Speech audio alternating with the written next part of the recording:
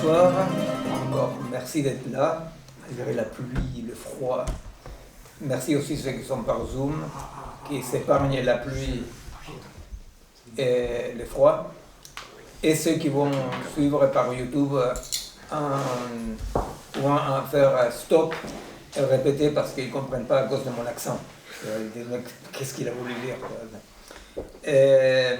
Alors, il y avait quelques questions la dernière fois qu'on n'a pas pu incorporer tout à fait aujourd'hui. Alors, si vous voulez, on peut, de façon désordonnée, incorporer quelques questions. S'il y a des questions que vous bloquent pour continuer ou que vous voulez voir, soit les gens qui sont par Zoom, soit vous, s'il y a quelqu'un... Non.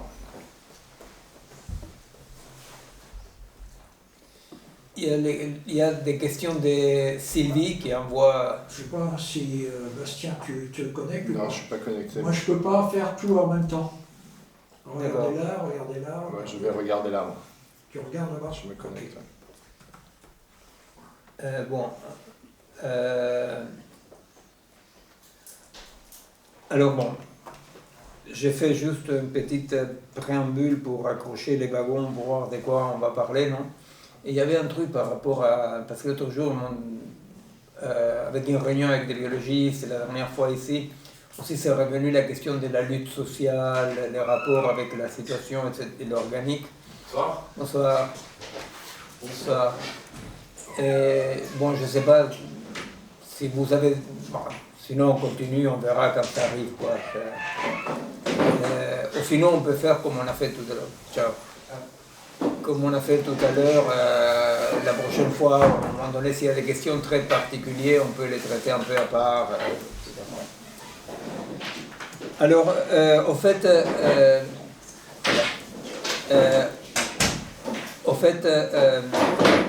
nous sommes, je rappelle un peu dans cette explosion spiralaire, je rappelle quand même que l'hypothèse de base de penser et agir dans la complexité tourne autour d'un changement d'époque sur lequel on a travaillé l'année dernière, non?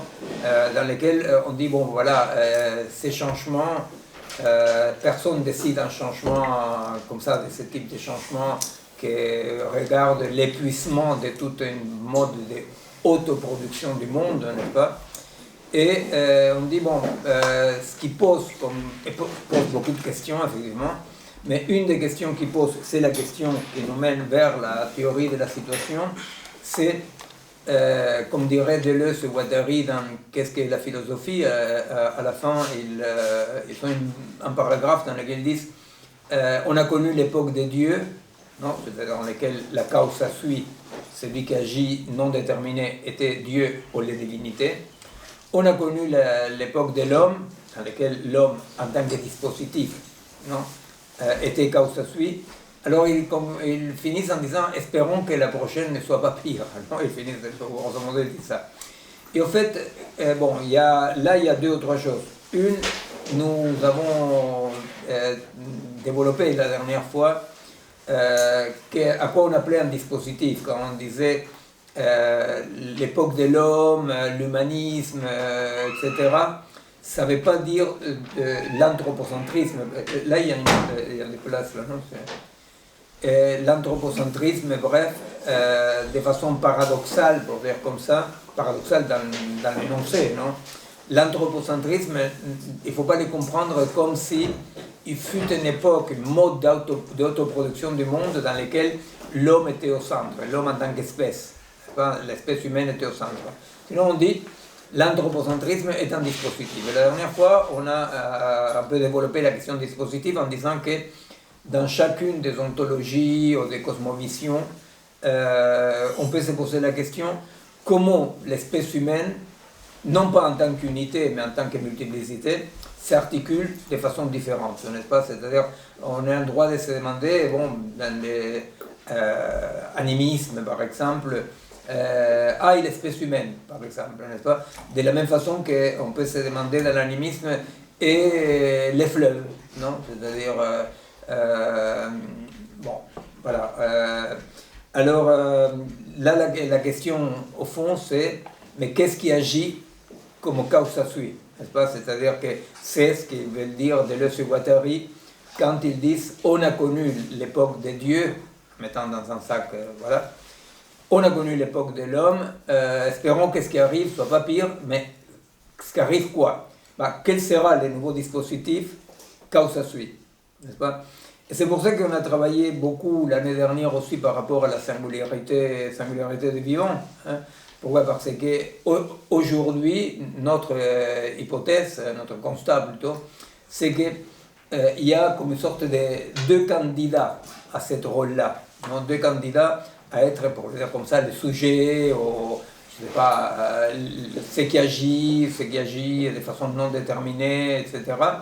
On a dit, bon, il y a deux candidats. Un, c'est la haute technologie, non, qui promet, apparaît comme capable de remplacer le vivant, n'est-ce pas?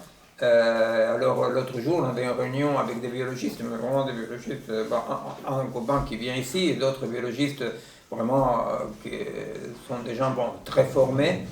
Et pourtant, pour eux, c'était pas évident de dire qu'il y a une singularité du vivant et que pourquoi pas pourrait émerger à n'importe quel moment une nouvelle singularité, comme ils disent les transhumanistes, n'est-ce pas? Et alors, pour nous, effectivement, ce qui est en rivalité ici, c'est pas le biologique et l'artefactuel, parce qu'effectivement, le mélange et l'hybridation est déjà faite, n'est-ce pas? Mais ce qui est en dispute, c'est est-ce que du côté, et de quel côté cette hybridation ira? Hein, c'est pour mettre un tout petit peu préambule, non? Alors, de quel côté cette hybridation ira? Est-ce que ça ira d'un côté des colonisations algorithmiques, artefactuelles, qui pour nous est non viable, hein? De plus, effectivement, avec cette association consubstantielle entre néolibéralisme sauvage et haute technologie pour le moment. C'est ça qui fait que beaucoup d'amis pensent que l'AIA, etc., ne peut pas être dissociée du néolibéralisme. Alors peut-être, pour le moment, je sais pas, moi je ne pense pas ça, mais il y a beaucoup d'amis qui pensent qu'il y a quelque chose de, je sais pas, une vision un peu plus école de Francfort, pour dire comme ça, je pense que bon. Alors donc, ce qui est en dispute, c'est ça, c'est-à-dire quelle orientation prendra cette hybridation qui est déjà là, n'est-ce pas, qui est déjà là, dans les corps, dans l'écosystème, partout. Bon. Alors, ce qui est en dispute, c'est ça, c'est-à-dire qu'est-ce que causa sui et qu'est-ce qu'il faut donc défendre là-dedans, hein, si vraiment la seule chose qui peut être causa sui, c'est le vivant, alors effectivement, dans quelle mesure le danger, c'est cette domination artefactualisante sur le vivant qui ne risque pas d'établir un nouvel type de domination, sinon qu'elle est non viable, c'est-à-dire que ça ne peut que détruire, n'est-ce pas? Ça serait une victoire à la Pyrrhus, comme on dit, n'est-ce pas? Bon, ça c'est, disons... Alors, quand on parle de la période, disons, qu'on est en train de définir et qui reste quand même un peu dans laquelle l'humain est causa sui, n'est-ce pas? Aujourd'hui, effectivement, l'humain, pendant la modernité, c'est un dispositif, c'est un mode d'autoproduction du monde, n'est-ce pas? Aujourd'hui, l'humain est réduit à la vision des individus sériels, non? C'est-à-dire, les individus encore, non, continuent, pour la plupart en Occident, à se sentir, à s'auto-expérimenter comme dans la modernité. C'est-à-dire quoi? À se sentir, et c'est ce qu'on a abordé la dernière fois, et à partir de là on va partir aujourd'hui, quand on disait une épistémologie et une ontologie substantielle, c'est-à-dire qu'il y a une substance derrière les accidents. Hein? Alors, comment ça se vit ça dans le quotidien, comment on expérimente ça? Bon, par exemple, dans la psychologie, hein, comment ça se manifeste ça, c'est l'idée de que moi, je suis quelqu'un comme ça, auquel il arrive des accidents. Hein. Alors, mon genre, ma couleur de peau, mes parents, vous voyez, c'est-à-dire que la plante névrotique, pour le dire comme ça, la plante typique névrotique est pourquoi à moi doit m'arriver ça, vous voyez, ces moi-là, et les moi substantiels, hein, qui existent derrière les accidents. Alors, nous, je dis ça pour donner un exemple, n'est-ce pas, des vécus des substantialités, puisque nous allons vers une épistémologie, une ontologie non substantielle, non, dans laquelle, au contraire, on dit la nouvelle taxinomie, la nouvelle classification, plutôt spinoziste, ça serait au Whitehead, non, au Match encore. La nouvelle taxinomie, ça serait plutôt bon, de quoi encore est capable, hein? Qu'est-ce qu'il peut encore? Qu'est-ce qu'il peut? C'est-à-dire cette définition dynamique par rapport à ce qu'il peut, dans lequel il n'y a pas derrière un noyau absolument transcendantal, égal à lui-même en toute situation, auquel il arrive des choses. Non? C'est un tout petit peu la plante, comme ça, qui est encore, hein, c'est-à-dire on reste très façonné par ça, hein, c'est-à-dire c'est un peu la façon de se vivre encore de beaucoup de nos contemporains, et même je dirais, c'est très compliqué de commencer à sortir du carcan de l'individu, non? C'est là où on dit que d'un point de vue libertaire, l'idée c'est pas tellement se libérer du pouvoir, libérer les individus du pouvoir, mais nous libérer du pouvoir de l'individu. Hein. Chose que chez Marx, c'est écrit très clairement au début du Capital en disant l'individu est la pierre angulaire du capitalisme, n'est-ce pas? C'est-à-dire l'individu qui sent propriétaire de sa force de travail, etc. Non? Et alors, non, c'était juste pour donner un exemple comme ça, disons, immédiat, non? De cet individu substantiel qui, effectivement, voilà, il se balade dans la vie en considérant tout ce qui lui arrive comme des accidents. Alors ces accidents-là, ils ouvrent la porte, ils sont, disons, font partie d'une petite constellation moderne dans laquelle tout s'articule par rapport à les libres arbitres, par exemple. Pourquoi libre arbitre? Parce qu'effectivement, c'est-à-dire, si ce qui m'arrive n'est pas nécessaire, ça pourrait être autrement. N'est-ce pas? Ça pourrait être absolument autrement. Et c'est l'opposition entre liberté et nécessité. Hein? Alors on va dire, bon, tout ce qui est nécessaire s'oppose à ma liberté, et ce qui est nécessaire va apparaître comme des accidents. Vous voyez, c'est-à-dire tous les accidents qui empêchent que moi, débarrassé de mes déterminations, et ces moi profonds puissent s'exprimer. Non? Et alors, ça va aussi du côté des les soupçons d'intentionnalité, par exemple, n'est-ce pas? C'est-à-dire que la personne va dire l'autre me veut du mal, n'est-ce pas? Et c'est très important de dire de donner de l'intentionnalité, parce que si l'autre a une intentionnalité, c'est comme ça que je sauve mon illusion de liberté. Vous comprenez? C'est-à-dire, il ne me fait pas mal parce qu'il me fait mal, vous voyez, c'est-à-dire c'est pas la pluie tombe, alors je donne pas une intentionnalité à la pluie, non?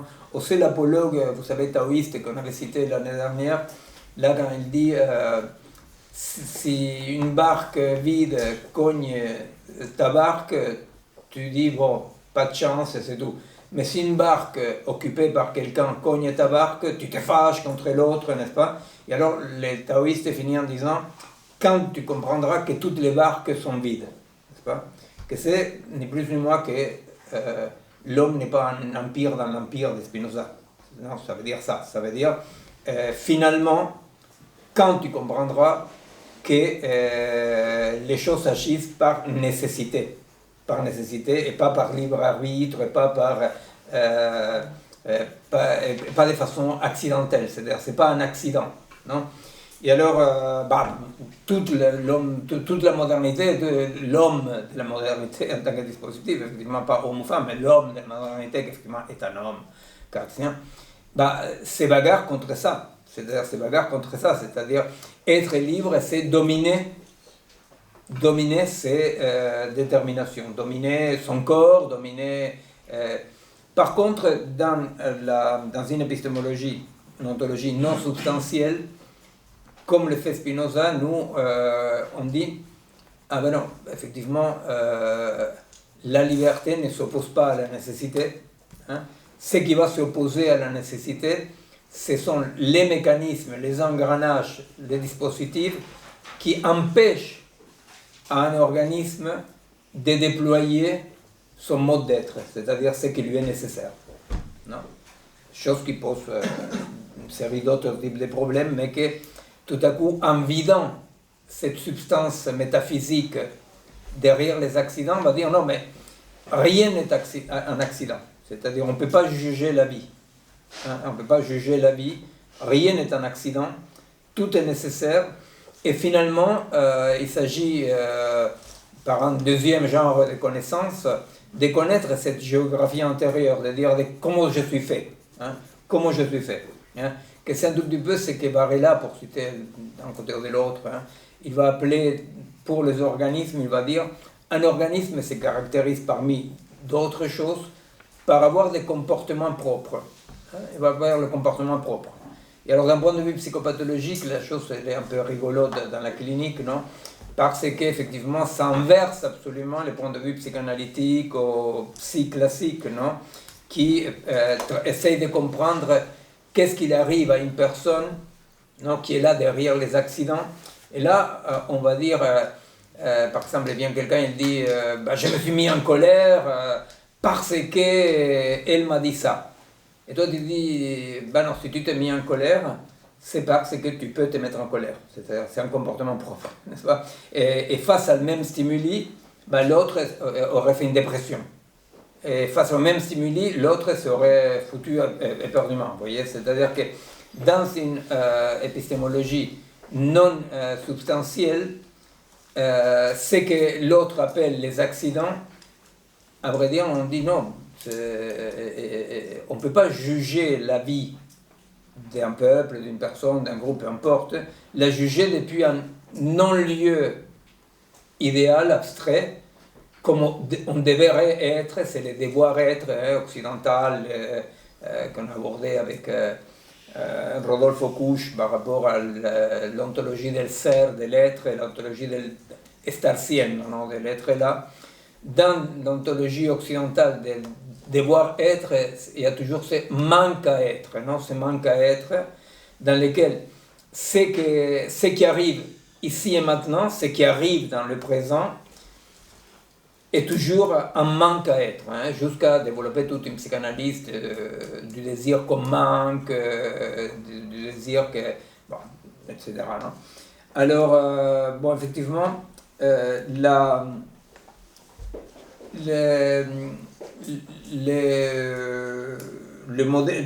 figure non, qui va émerger, est radicalement opposée, non? Opposée d'un côté à la substantialité, l'autre du côté des mais qu'est-ce qu'un corps peut, hein? Tout en sachant que ce qu'un corps peut n'est pas non plus ne renvoie nullement à un périmètre, non? C'est-à-dire que l'étiquetage par périmètre est l'étiquetage moderne, non? On dit voilà, on a le périmètre, là c'est par intensité. Bon, ça on l'avait développé, je pense, la dernière fois. Par intensité. On avait développé la... toi, tu étais pas là. Ou la fois d'avant. Non, pour ça. Non, c'est ça. Tu ne veux pas les conditions de la rupture. Si, c'est ça. Et ici, il y a des chaises. On peut mettre une chaise ici, si vous voulez. Oh, là, tiens, tu peux passer une chaise. Non, mais passe là, comme ça. Je suis pas d'accord. Alors... Un point qu'on avait abordé la dernière fois aussi, mais qui nous permet d'avancer vers ce que je veux développer, ce que nous voulons développer aujourd'hui, qui est l'émergence de cette figure de l'organisme, hein, cette figure organique, quoi on appelle l'organisme, que effectivement c'est lequel nous disons, voilà, c'est par là qu'en ces moments, dans notre époque, on peut dire, voilà, c'est là où il y a une liberté agissante, c'est là où il y a quelque chose d'autonome, quelque chose qui n'est pas absolument déterminé dès l'extérieur. ça c'est compréhensible, non? C'est-à-dire,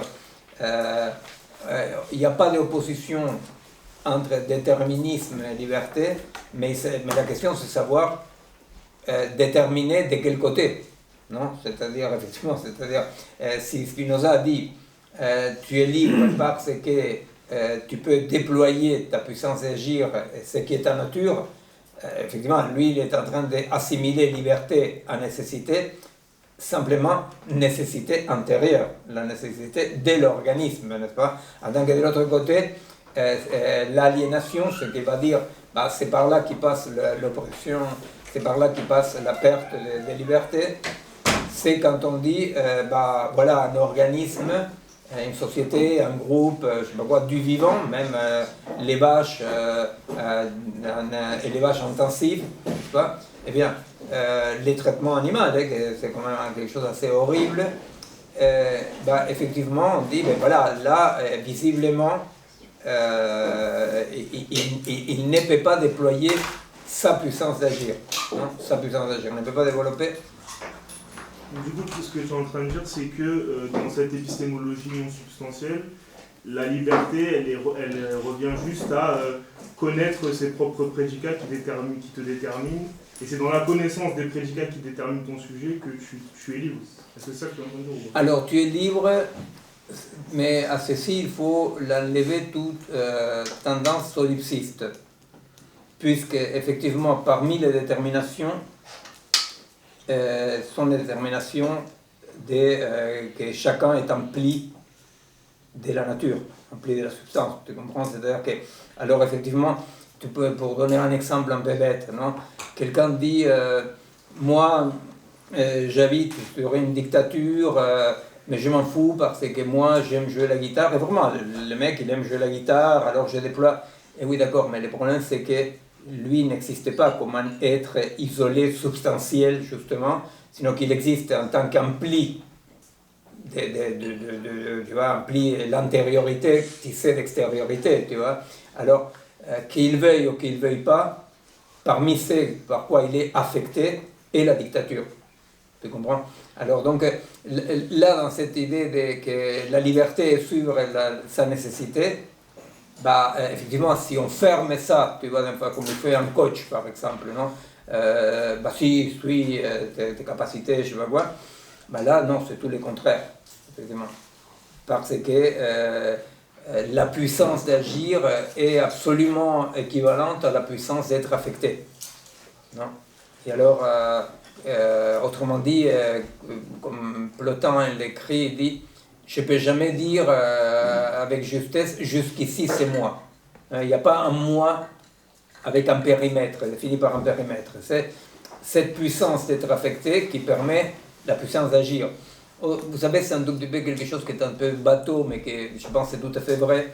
Quand on dit quelqu'un qui est un artiste, ou un créateur, ou un, je sais pas, quelqu'un engagé, très engagé socialement, ou un chercheur, on dit, cette personne est très caractéristique. Si tu connaissais comme il est personnellement, c'est insupportable, mettons.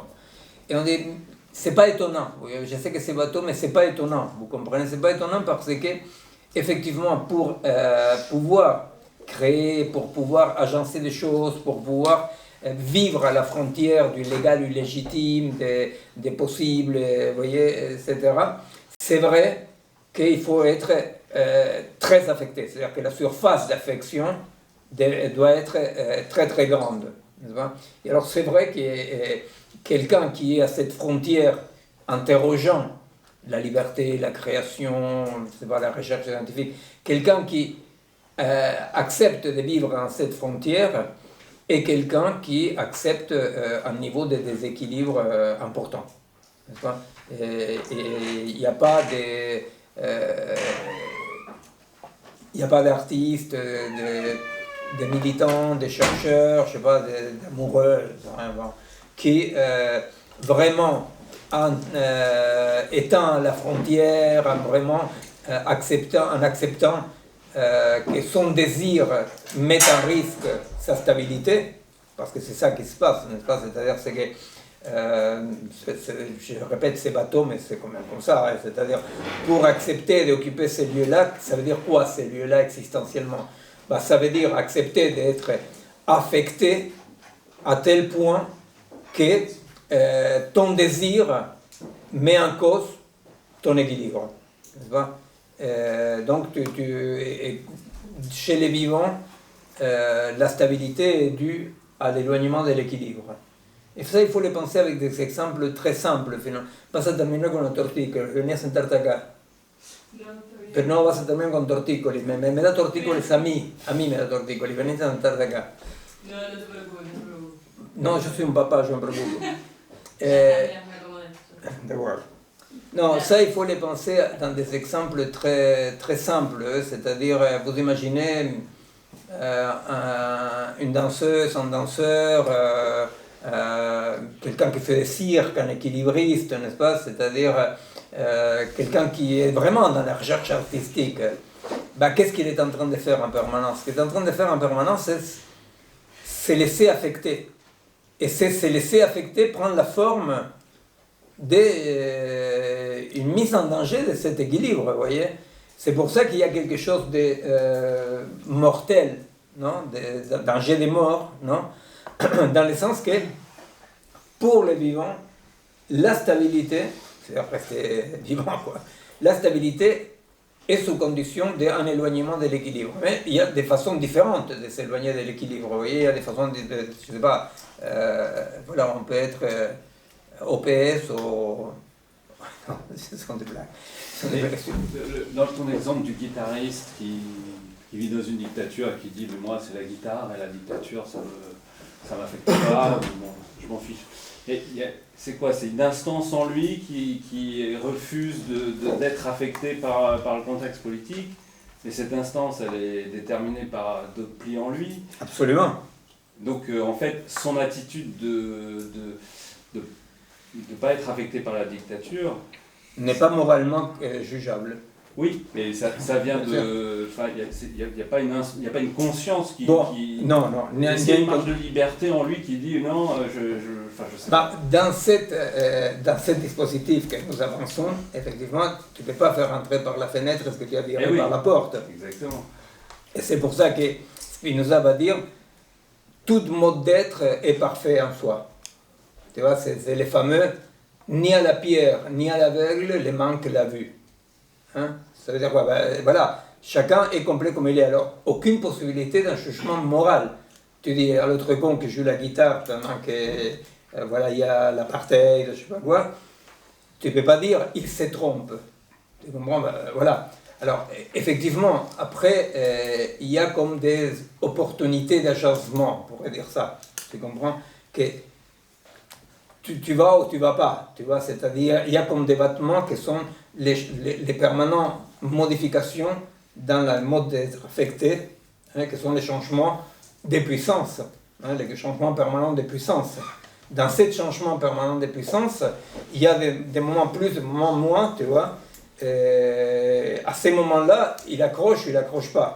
Alors, ce qu'on peut dire de façon tout à fait banale, c'est lui ou celle qui accroche de plus accrochera, et celui qui accroche pas, tu vois. Mais tout est une question aussi des niveaux de puissance, tu comprends? C'est-à-dire que, je sais pas, quelqu'un peut être, tu vois, carrément flic sous une dictature, et à un moment donné, comme ça arrivait chez nous, hein, ne va pas jusque-là. Moi, je me souviens parfaitement, c'est quelque chose qui m'a marqué beaucoup. Quand j'étais dans les pires moments, tu vois, dans la salle de torture, j'ai entendu, un des jours, je ne sais pas quel jour, j'ai entendu dire, c'était des flics et des militaires, j'ai entendu dire, celui-là, quand il faut s'amuser, il s'amuse, mais quand il faut travailler, il ne vient pas. Et s'amuser, c'était aller arrêter des gens, et de travailler, c'était torturer. Tu vois? Et moi, je devais rester, tu vois, tu n'as pas grand-chose d'autre à faire qu'entendre, tu vois. Et c'est une chose qui m'a marqué, parce que je me suis dit, ah bon, tu vois, c'est-à-dire, il y en a qui ne vont pas jusque-là. Bon, pour ce flic-là, tu vois, j'espère qu'on ne l'a pas trucidé lui, mais pour ce flic-là, tu vois, le maximum de sa puissance, c'était là.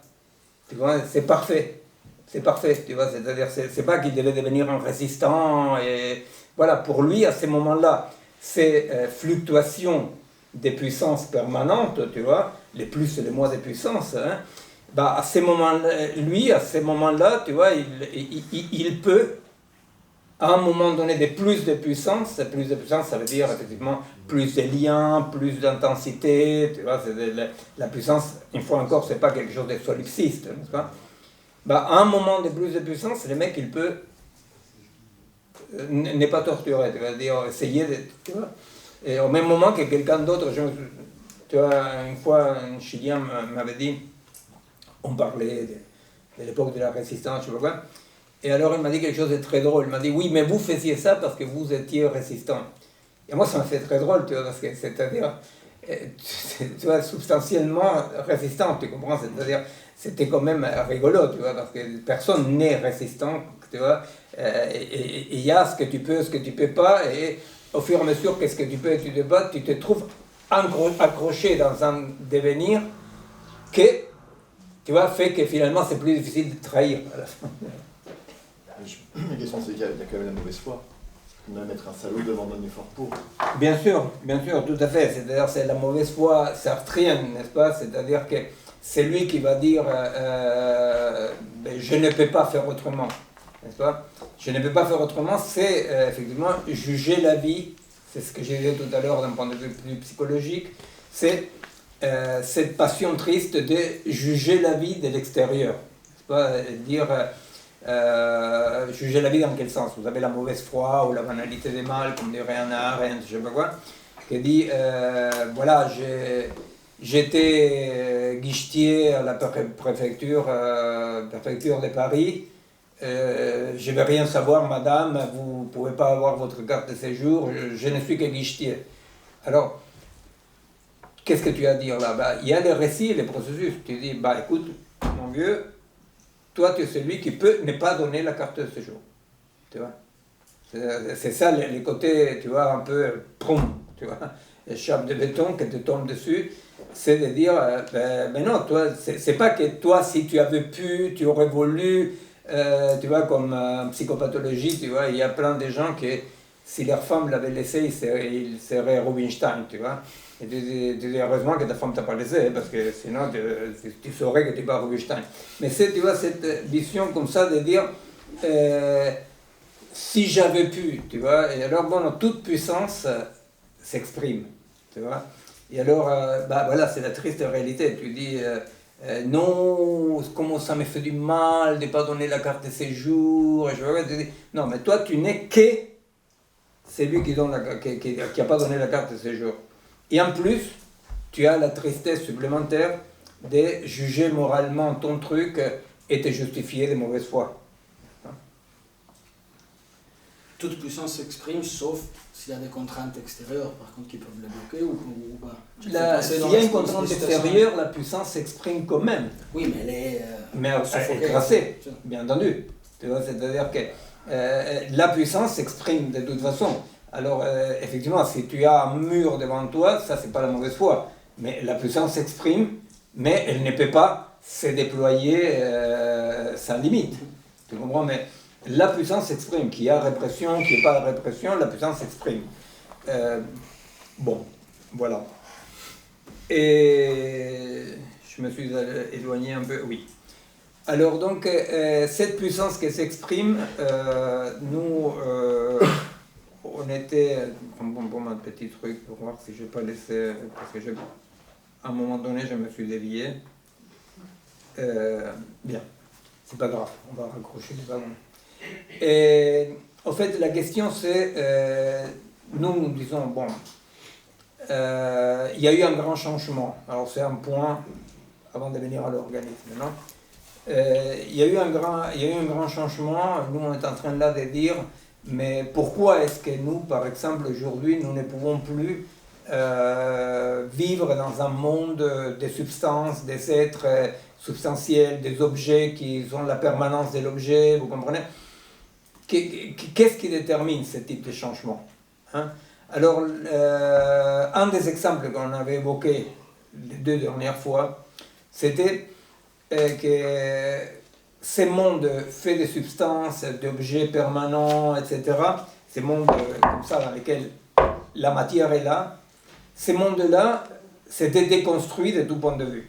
N'est-ce pas? Ces mondes-là s'étaient déconstruits. On avait évoqué la déconstruction artistique, et on avait évoqué aussi la déconstruction physique, en disant, bon, effectivement, les objets, tout à coup, les objets ne sont plus là.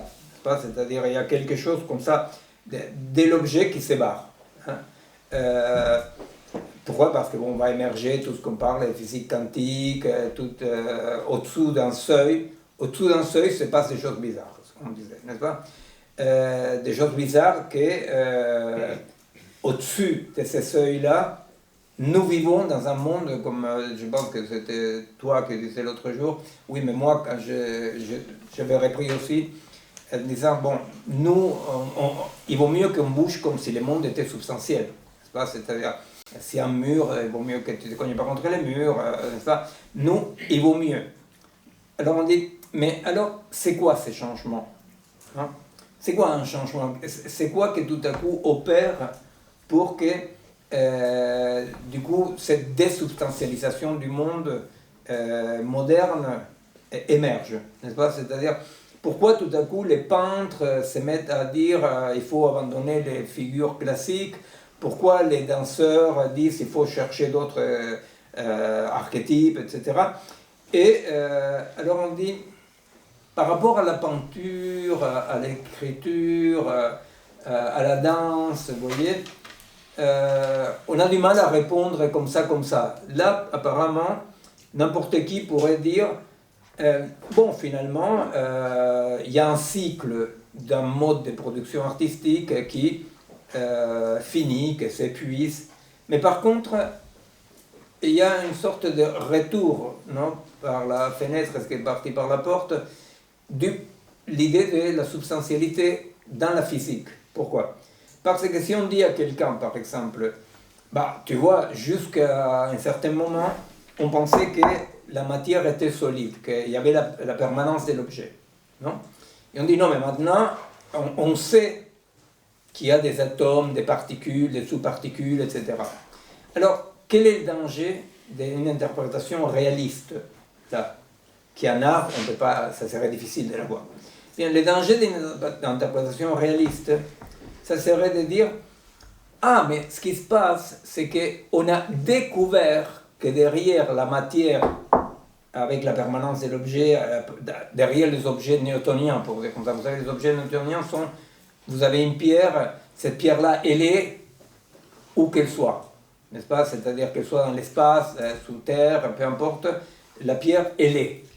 Et la seule chose que tu peux dire c'est la pierre, elle est au-dessus d'une autre pierre, au-dessous, à côté, mais la pierre, elle est substantiellement. Et alors on dit, ah bon, mais tout ce qui s'est passé, c'est que tout à coup, on a découvert que la pierre était composée des particules atomiques, subatomiques, etc., jusqu'à arriver à une équivalence masse-énergie, qui donc encore plus enlève la permanence de l'objet. Alors, c'est là où ça se joue un point épistémologique pour nous très important pour comprendre la suite vers la théorie de la situation. C'est que, grosso modo, il peut avoir deux versions, effectivement. Il peut avoir la version dans laquelle, bon, grâce au progrès de la technologie, maintenant on voit que derrière les objets stables, il y avait des autres sous-objets, ou bien c'est que nous disons d'un point de vue dynamique, c'est que ce serait des points de vue non substantiels de ça, et de dire par la pratique technologique, humaine, par le déploiement de la puissance même du monde, hein, les modes d'interroger les réels résistants, les modes d'interaction, les réels résistants pour dire ce qui est là, hein, ce qui est là. Et alors on dit, les modes d'interroger, les modes d'interaction avec les réels résistants fait que tout à coup on puisse élaborer des théories et des pratiques dans lesquels, si dans ma théorie, je dis il y a des électrons, des protons, des bosons, etc., ça fonctionne. Vous comprenez? C'est-à-dire que, comme il dit Born, non? Les observables, ce que je peux observer, dépendent de la théorie. Vous comprenez? C'est-à-dire, ça, Born et Einstein, malgré toutes les différences qu'ils avaient, ils étaient tous les deux d'accord que les faits et les observables dépendent de la théorie. C'est compréhensible, ça. Non? Alors, quand nous disons mais les faits dépendent de la théorie, bah, je suis en train de dire si moi, en interagissant avec X, non, les continus résistants c'est X, hein, si en interagissant avec X, j'aimais la théorie et j'ai la théorie pratique, n'est-ce pas, j'ai fait, hein, dès qu'il existe, mettons le dernier, à ma connaissance, les bosons de Higgs, je suis sûr qu'il doit y avoir d'autres après, mais bon, tu te dis, dans ma théorie, dans la consistance de ma théorie, pour que mon système reste consistant, il doit avoir une particule qui doit s'occuper dès que la masse existe. Vous comprenez? Alors donc, en physique, théorie, ça veut dire aussi des appareils, non? Des appareils concrets qui essayent de voir si je trouve ou je ne trouve pas. Alors, dans cette interaction avec ce qu'on nomme le réel et les continus résistants, dans mon interaction, il s'avère que oui, que je peux interagir avec des particules, avec des bosons, vous comprenez? Dans mon action envers les réels avec les continus résistants, tout se passe dans une certaine substantialité. C'est compréhensible ça? C'est-à-dire, c'est un effet miroir, hein? C'est-à-dire, l'effet miroir est le suivant. Tout à coup, moi, je sais que les objets newtoniens qui sont là, ah ben, pas du tout. Ils ne sont pas des objets newtoniens, n'est-ce pas? Que de temps en temps, ils ont un comportement substantiel au-dessus d'un certain seuil, mais qu'il n'y a pas de choses, comme dirait Whitehead, il n'y a que des phénomènes. Hein? Il n'y a que des phénomènes, dit Whitehead. Il n'y a pas de choses, il n'y a que des phénomènes. Alors il va dire, la pyramide de Khéops est un phénomène, est un processus. Ça veut dire quoi un processus? Ça veut dire que c'est inscrit dans une durée et qu'il n'y a aucune substantialité en soi. Alors il choisit la pyramide de Khéops parce que bon, c'est quand même assez gros. Non? Alors on dit, tu regardes la pyramide de Khéops et tu dis, non mais ça va être substantiel. Il dit non. Il dit non, la pyramide de Khéops n'est pas substantielle. Alors, le miroir que j'essaie de vous expliquer, le miroir est le suivant. Si je peux regarder la pyramide de Khéops comme un processus, n'est-ce pas? De l'autre côté, j'essaie de regarder comme une particule substantielle, vous voyez, comme une entité substantielle, ce qui se comporte de façon tout à fait insubstantielle. Vous comprenez? C'est-à-dire, vous comprenez ou pas? Vous voyez ou pas? C'est-à-dire, si moi je peux voir le mouvement permanent, non? Je vois la pyramide de Khéops, et alors je dis M égale à C égale à M au carré, non? Alors je dis, ce que je suis en train de voir, c'est une quantité d'énergie. Je regarde la pyramide de Khéops et je dis, ici il n'y a que de l'énergie. Alors là, je regarde et non, écoute, si ici il n'y a que de l'énergie. Parce que j'essaie de fixer une forme. C'est là où on va, lentement, on va vers la forme. J'essaie de fixer une forme. Vous comprenez, une forme? Une forme, ça veut dire un mode d'être, un mode d'existence. Qu'est-ce que nous sommes? Nous sommes des modes d'être. La pyramide de Khéops est un mode d'être. Un mode d'être de quoi? De la substance, Spinoza. Bon, voilà. Alors, ou une entité actuelle, dit Whitehead. Bon, très bien. Alors, si moi je peux regarder la pyramide de Khéops comme une forme qui est pur processus, pure dynamique, non? Alors, effectivement, mon expérience, c'est pas que ce soit processus pur dynamique, mais je peux la voir comme ça. Je sais qu'elle n'est pas substantielle dans le sens métaphysique, n'est-ce pas? Si je peux voir une forme du monde macro, pour dire comme ça, comme une pure énergie, ce qu'ils font les physiciens, c'est qu'ils n'arrêtent pas d'essayer de trouver des formes stables dans ce qui apparaît comme absolument évanescent et inestable. Vous comprenez? Je ne sais pas si c'est des microsecondes que durent les particules qui émergent dans l'accélérateur des particules là, de la frontière suisse, n'est-ce pas? Et alors, il est apparu. Mais qu'est-ce qui est apparu? Vous comprenez? Est apparu un boson, est apparu un fermion, est apparu. Et vous comprenez, les miroirs, c'est là. C'est-à-dire, d'un côté, tout est pure fluidité, évanescence. Et j'essaie quand même de piger les moments dans lesquels je peux voir une forme. Vous voyez? De l'autre côté, tout est une forme qui est là. Et j'essaie de les voir comme une énergie évanescente. Vous voyez? Au milieu, il y a un seuil, un umbral. Il y a un seuil. Ce seuil-là est celui, effectivement, dans lequel il y a un type de comportement de la matière et au-dessous, un autre type de comportement de la matière. Nous, les humains, et les animaux d'une certaine façon, mais qui restons aux humains, nous, les humains, nous ne pouvons connaître que par les formes. Vous comprenez? Alors donc, ce qui est intéressant, c'est qu'au-dessous de l'umbral, au-dessous du seuil, tout se passe en miroir à l'envers qu'au-dessous. Vous comprenez? C'est-à-dire, au-dessus, pardon, là, excusez-moi, parce que là, c'est un problème de dessous. Quand je suis arrivé en France, il y avait une chanson que on essayait de m'apprendre dessous, mais bon. Et au-dessus, il y a des formes qui paraissent éternelles. Et au-dessous, il y a de l'énergie que je dois faire un effort terrible pour identifier une forme qui dure quelques microsecondes. Hein? Même moi. Beaucoup moins. Parfait. Alors beaucoup moins. Et pourtant, on les trouve une forme.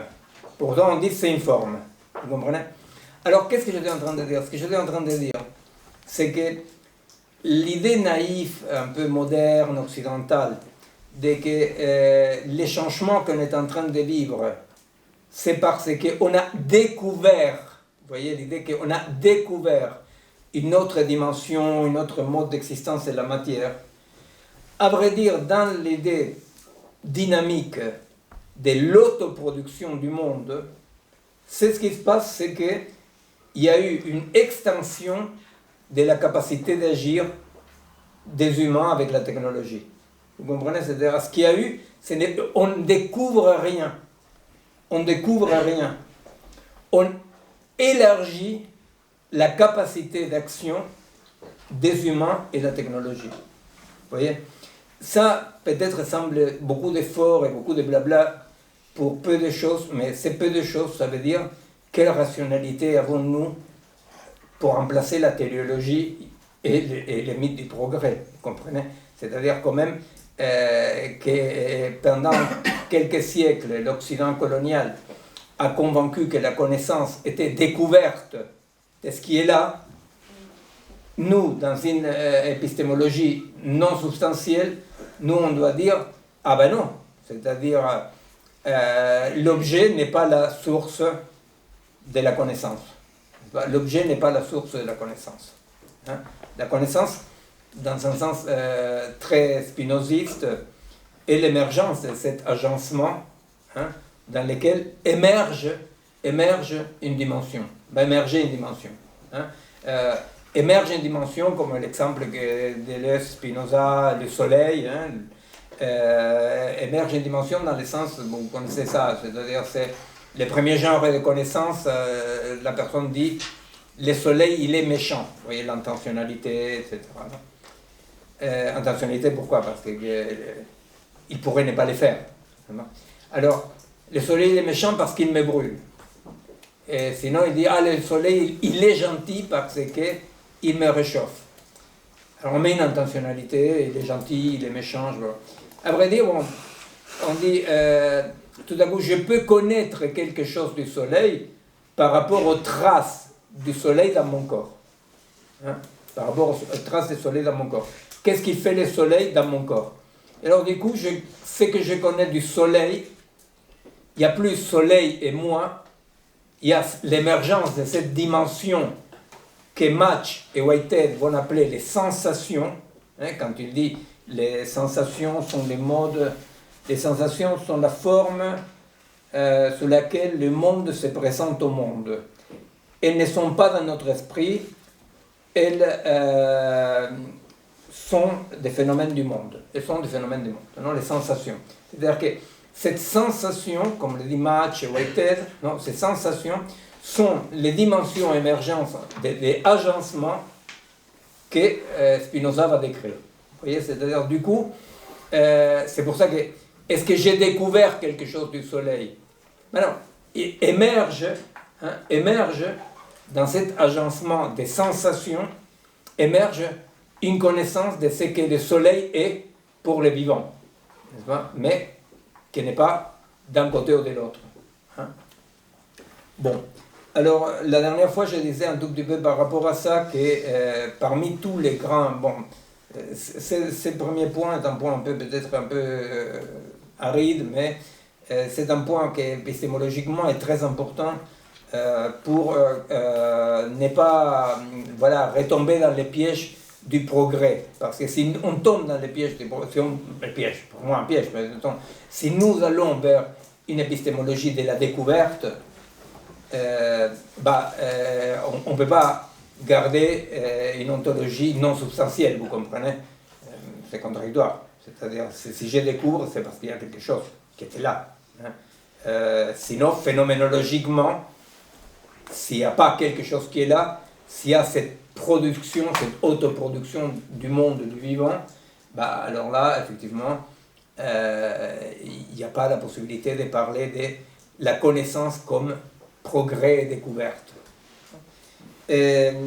Alors, de ce point de vue-là, je faisais remarquer la dernière fois que un des signes du changement radical est quand ni plus ni moins Galilée va dire, hein, la fameuse phrase, hein, pour connaître je dois abandonner les sensations. Hein? Alors là, voilà, c'est la naissance des objets newtoniens, des objets qui existent indépendamment du sujet. Hein? Et tout à coup, dans les après-coup de la grande rupture de 1900, tous ces chercheurs, physiciens, mathématiciens, parce que mis à part Simondon, les autres sont tous philosophes, non sont philosophes, sont des mathématiciens, des physiciens, des gens des sciences qui disent, bon, mais on ne peut plus garder la substantialité du monde, tout est relation, tout est sensation. Et alors donc, c'est quand même un signe majeur de ce grand changement, dans lequel, pour connaître, il faut abandonner les sensations, pour arriver dans un monde dans lequel, c'est pas que pour connaître, il faut tenir en compte la sensation, c'est beaucoup plus que ça, c'est-à-dire toutes les sensations. Vous comprenez, toutes les sensations. Mais ouais, juste pour que je comprenne bien, du coup, si la connaissance, c'est pas une affaire de connaître plus de choses, est-ce que c'est une affaire de avoir plus de capacité, de faire plus de choses, quoi? Est-ce que c'est ça l'idée derrière? Oui, l'idée derrière, c'est ça, c'est-à-dire que la connaissance n'est pas connaître ce qui était déjà là, mais c'est la possibilité de créer de nouveaux agencements, nouvelles dimensions d'existence, exactement. C'est-à-dire que ce sont de nouvelles dimensions de l'existence. C'est-à-dire que quand je connais quelque chose, voilà l'exemple de Spinoza et de Deleuze du soleil, quand je connais quelque chose du soleil, c'est pas que j'ai connu quelque chose du soleil qui était déjà là et mon corps était déjà là, il y a l'émergence d'une petite nouvelle dimension d'existence qui est l'agencement qui réunit le soleil et moi-même, n'est-ce pas? Bon, alors, on va chanter l'international, je vous demande de vous mettre avec vous. Alors donc, au fait, la dernière fois, je reprenais quand même des schémas qu'on avait fait avec Bastien l'année dernière, qui est comment un organisme est affecté. Alors là, je vais essayer de présenter un peu comme une sorte de pot-pourri de tous ceux qui sont parlés et des différents noms qu'on a donnés à cette émergence des formes, à cette émergence d'individuation, pour parler comme Simondon. Hein? Individuation, ça veut dire ça pour Simondon. Hein? C'est-à-dire Simondon, il dit, il y a les pré-individuels, les processus pré-individuels qui s'individualisent, qui créent des formes, hein? qui produisent des formes. Il n'y a pas de séparation entre la forme et la concrescence. La concrescence est une façon de nommer les processus. Chacun va la nommer d'une façon différente. Alors, si la pyramide d'Égypte est une forme de la concrescence, voyez, et vous êtes des formes de la concrescence, et Anastico est une forme de la connaissance, vous voyez, c'est-à-dire que tout ne sont que des formes émergentes. Et alors là, il apparaît plusieurs problèmes, et on va essayer de les voir maintenant. Un problème fondamental, quoique pour ceux qui ne connaissent pas, ça peut sembler un peu bizarre, un problème fondamental de toute la nouvelle épistémologie, Simondon, Whitehead, Deleuze, Spinoza, il avait ces problématiques-là, bien qu'il était pré-rupture, non Match, bon, je sais pas, tous, n'est-ce pas? Un des problèmes sera, mais ces processus-là, quand s'arrêtent-ils? Vous comprenez? C'est-à-dire, ces processus-là, si nous disons, il y a un processus,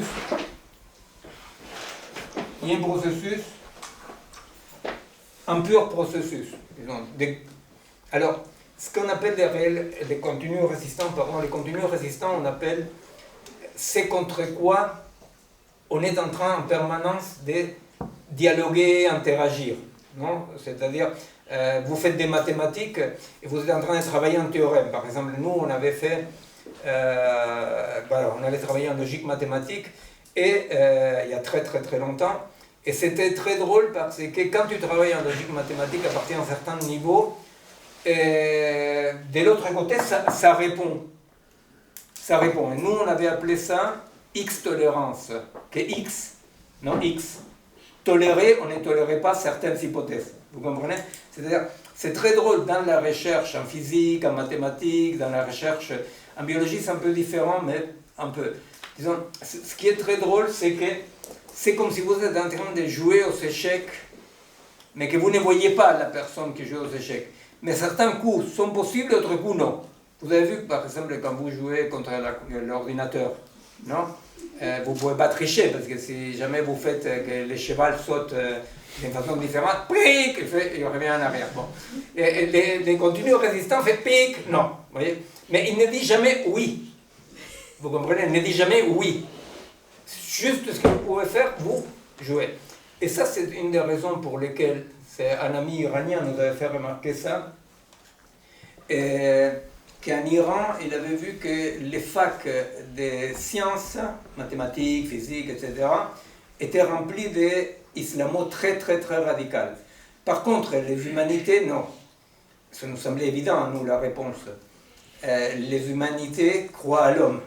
Et les autres, ils sont en permanence en rapport avec quelque chose qui répond, et que tu dis, mais c'est quoi qui répond là derrière? N'est-ce pas? Est-ce qu'il joue au dé ou il ne joue pas au dé? N'est-ce pas? Alors, les continus résistants, c'est ces concepts un peu vagues, mais qu'on utilise un peu partout, pour dire qu'en permanence, je suis, dans ma pratique, je suis en rapport avec quelque chose. Vous voyez, c'est-à-dire l'équilibriste, c'est quoi les continus résistants? Vous voyez, c'est-à-dire l'équilibriste, il essaye, vous voyez, il va essayer. il va essayer comme l'équilibriste là, s'il parle de Zarathustra, finalement, boum, c'est casse la gueule. Bon, tu essayes. Alors, même cet essai,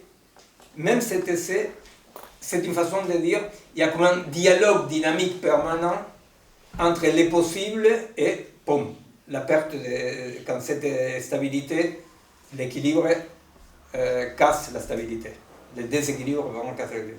C'est compréhensible, ça, l'idée continu résistant. Bon. Alors, les continus résistants, pourtant, ce n'est pas à considérer comme une masse homogène, comme c'était de la pâte à modeler. Vous voyez cette idée qu'ont les étudiants de terminale quand on étudie Spinoza, qui pensent que la substance serait de la pâte à modeler, desquelles apparaissent des modes. Hein. Effectivement, ce qu'on appelle les continus résistants, ce qu'on peut savoir, c'est qu'il y a des densités, il y a des... Vous voyez, c'est pas tout pareil. Bon. Alors, il y a une pure dynamique. Tout est dynamique. Il n'y a pas de choses, il n'y a que des processus. Okay. Et alors, chacun de nous est un processus. Deleuze appelle ça des modes d'être. Spinoza, on appelle ça mode d'être. Deleuze y répond. Et alors, ces modes d'être, je répète, alors on va aller là. Si tout est dynamique, mais qu'est-ce qui fait qu'à un moment donné des autoproductions de cette dynamique, une forme s'arrête? Vous comprenez? Parce que c'est ça le problème. Le problème, c'est une fois que nous sortons du monde substantiel, du monde des objets newtoniens, toutes les versions, disons, idéalistes, New Age, je ne sais pas quoi, sont possibles. Vous voyez? Alors, même encore, c'est un peu fini, je ne suis pas au courant, mais je me souviens quand j'étais jeune hippie, l'idée de mon cerveau est fait des atomes et d'énergie, alors il est en contact avec l'univers. Vous voyez, c'est-à-dire, quand tout à coup, c'est comme si tout à coup on comprenait d'une façon exagérée la position de Spinoza qui dit l'homme n'est pas un empire dans l'empire, c'est-à-dire il est soumis aux mêmes lois que tout l'existant. Et quand on exagère ça, tout à coup, qu'est-ce qu'on risque de perdre? Les formes, ni plus ni moins. Vous voyez, c'est-à-dire, bon, si tout est énergie, alors pourquoi est-ce que lui c'est Théo, moi c'est Miguel? Bon, c'est pas explicable. Ou bien on dit, non, lui il n'est pas tout à fait Théo, moi je ne suis pas tout à fait Miguel, nos énergies, voyez. Bon. Comme on n'est pas tombé dans ce type d'interprétation, eh bien c'est le problème, ni plus ni moins, des matchs, des Whitehead, des Deleuze, des Spinoza, des Simondon, qui est le problème de, ok, on ne peut pas nier la dynamique, on ne peut pas nier la dynamique permanente, que tout est dynamique. Et pourtant, dans les mondes macro, on ne vit qu'avec des formes consistantes. Là, ce qui aurait été génial, c'est que je fasse comme ça et ça tombe. Non, mais bon, malheureusement, la vie n'est pas parfaite. Alors, dans les mondes macro, on vit dans des modes de formes consistantes.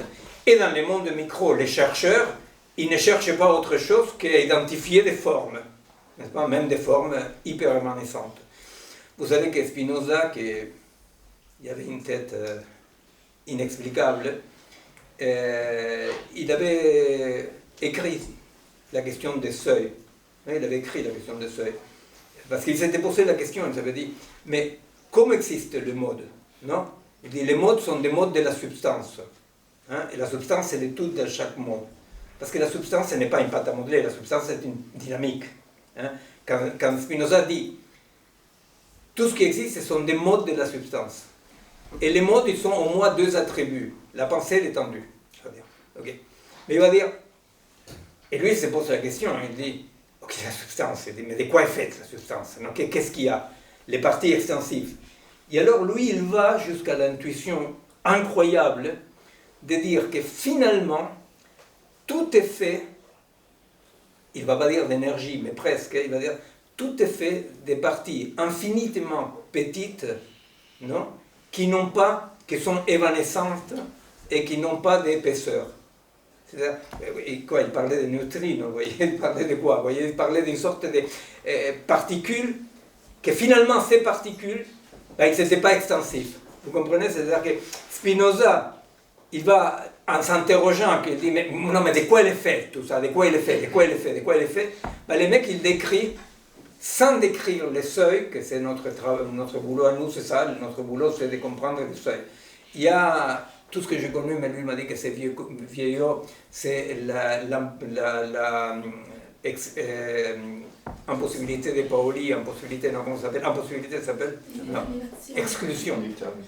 L'exclusion de Paoli, ça s'appelle ça en français, qui est un théorème qui essaie d'expliquer les seuils, bon, voilà. Bon, peu importe. Alors donc, existent des formes. Ces formes-là, on va dire, ces formes-là, ça peut être un individu, mais une forme est aussi une espèce, par exemple. Pourquoi? Parce que c'est difficile de penser un individu sans penser l'espèce. Hein?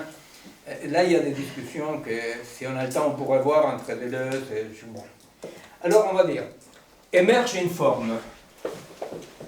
Nous, cette forme-là, on la décrivait toujours comme ces niveaux-là étaient les niveaux de la perception. Hein, on faisait la différence entre perception. La perception, c'est le niveau dans lequel un corps émergent est mélangé avec les indéterminés, les pré-individuels, vous voyez, avec cette énergie pure. Ça, c'est le niveau de la perception. Tous les corps sont affectés partout. Tous les corps sont affectés partout. Mais, comme il va dire Whitehead, si aujourd'hui il y a un Suisse qui est en train de jouer le trombone, nous en quoi on est affecté par? Alors il va parler de la focalité. Vous voyez, c'est-à-dire bien entendu qu'on ne peut pas ne pas être affecté parce que par principe, tout affecte, c'est devenir permanent, n'est-ce pas? Mais à la fois il y a la focalité. C'est-à-dire qu'on est plus ou moins affecté. Oui. Alors lui va dire, lui, tous, eux, ils vont dire, la perception, et ça serait ce niveau-là dans lequel on est affecté partout. Tout corps est affecté partout. Bon. Il y a un deuxième niveau, mais là on ne parle plus. Je vais juste dire un truc, parce que sinon c'est trop compliqué. Là on ne parle plus de tout étant, pas de toute entité actuelle. Non? Là je vais parler plutôt du vivant. Et après on va voir comment on peut transposer ça à l'inerte. D'accord? Là je parle des entités actuelles, des êtres vivants. Hein? Alors, là ici c'est le niveau de la perception, là c'est le niveau de la aperception. Ça veut dire quoi la perception? La perception, ça veut dire que, par exemple, bon, c'est l'exemple que donne Leibniz, qui est connu, non, je suis, au niveau de la perception, je suis affecté par des milliers de gouttelettes, mais j'aperçois la vague. Vous comprenez? C'est-à-dire, là il y a déjà un premier filtre. Pourquoi? Parce que je perçois tout, tous les corps perçoivent tout, mais par rapport à la singularité de chaque corps, je répète, je suis en train de parler des corps vivants, après on verra par rapport à l'inerte, mais par rapport à ces tout, par quoi je suis affecté, avec une partie, je peux en faire quelque chose, et avec d'autres, je ne peux rien faire. Par exemple, c'est le fameux exemple des ultrasons pour les chiens. Non? C'est-à-dire, nous sommes tous affectés par les ultrasons. Sauf que les ultrasons, pour nous, sont une sorte de préhension négative. Préhension négative. Ça, c'est le langage de Whitehead. Non? Il y a une préhension négative, c'est-à-dire que je suis affecté, mais je ne les prends pas pour faire quelque chose. Pourquoi je ne les prends pas? Parce que mon organisme ne peut rien faire avec ça. Vous comprenez? Je suis donc affecté, mais je ne peux pas avoir une aperception. Qu'est-ce qu'est une aperception finalement? Une aperception est une forme. Émerge une forme. Qu'émerge, je recommence. Entendu. Non, je recommence depuis le début. Et qu'est-ce qu'est une aperception? Une aperception d'un point de vue neurophysiologique est une forme. Alors vous savez qu'il y a votre illustre compatriote Stefano Mancuso qui effectivement il va travailler sur la neurophysiologie des plantes. Il va dire les plantes aussi ont des mécanismes qui les permettent d'avoir des formes, n'est-ce pas? Des formes. Forme, ça veut dire qu'il y a une certaine compréhension. Vous comprenez, une forme, ça ne veut pas dire simplement une forme, ça veut dire que de l'hétérogène extérieur, il y a des chaises là, si vous voulez. Bonjour, merci, monsieur. Et il y a, avec l'hétérogène, chaque corps va créer des homogènes. Hein? Cet homogène créé par les corps, produit par les corps, à voir avec quoi? Avec la singularité du corps en question. Alors, ce que Stefano Mancuso a montré depuis une vingtaine d'années, un truc absolument génial, il va montrer que sous quelle forme les plantes aussi produisent de l'homogène à partir de l'hétérogène qu'il perçoit. Et comme il le sait, parce qu'il se comporte en conséquence. Vous comprenez? C'est-à-dire que le boulot de Stefano, est comme ça, et clairement, il a passé des années en train de photographier des plantes, il a dû s'emmerder pas mal, mais bon, finalement ça a sorti bien, non? Et pour voir qu'effectivement, par rapport à l'interaction entre la plante et les soubassements pré-individuels, etc., qu'effectivement la plante, non pas seulement existe avec sa singularité, mais que sa singularité doit produire, entre guillemets, plein de guillemets, des formes, non, homogènes. Et comment il découvrait ça? Parce que la plante interagit avec les milieux par rapport aux aperceptions qu'elle s'est fait. C'est compréhensible ça? C'est-à-dire que tout être vivant va construire des formes. Bon, le troisième niveau, pour la plupart des animaux, c'est la conscience. Non? Et quand on parle de conscience, c'est l'émergence des formes identifiables pour l'animal. Vous voyez, c'est-à-dire, si vous le dites à votre chien promener, il ne réagit pas simplement par rapport à une forme, comme la plante ou une amibe va réagir. Il aura une image cérébrale de la promenade. Ça, on le sait avec l'imagerie médicale, n'est-ce pas? C'est-à-dire, on voit très bien que les chiens, les chats, les chevals, etc. Donc, c'est clair, une forme c'est une façon de produire de l'homogène signifiant pour l'organisme en question, et l'organisme en question va agir par rapport à cette production. Il est toujours dans l'agir, vous voyez? C'est ça la singularité des vivants par rapport à la machine. Non, le vivant, il est toujours dans l'agir.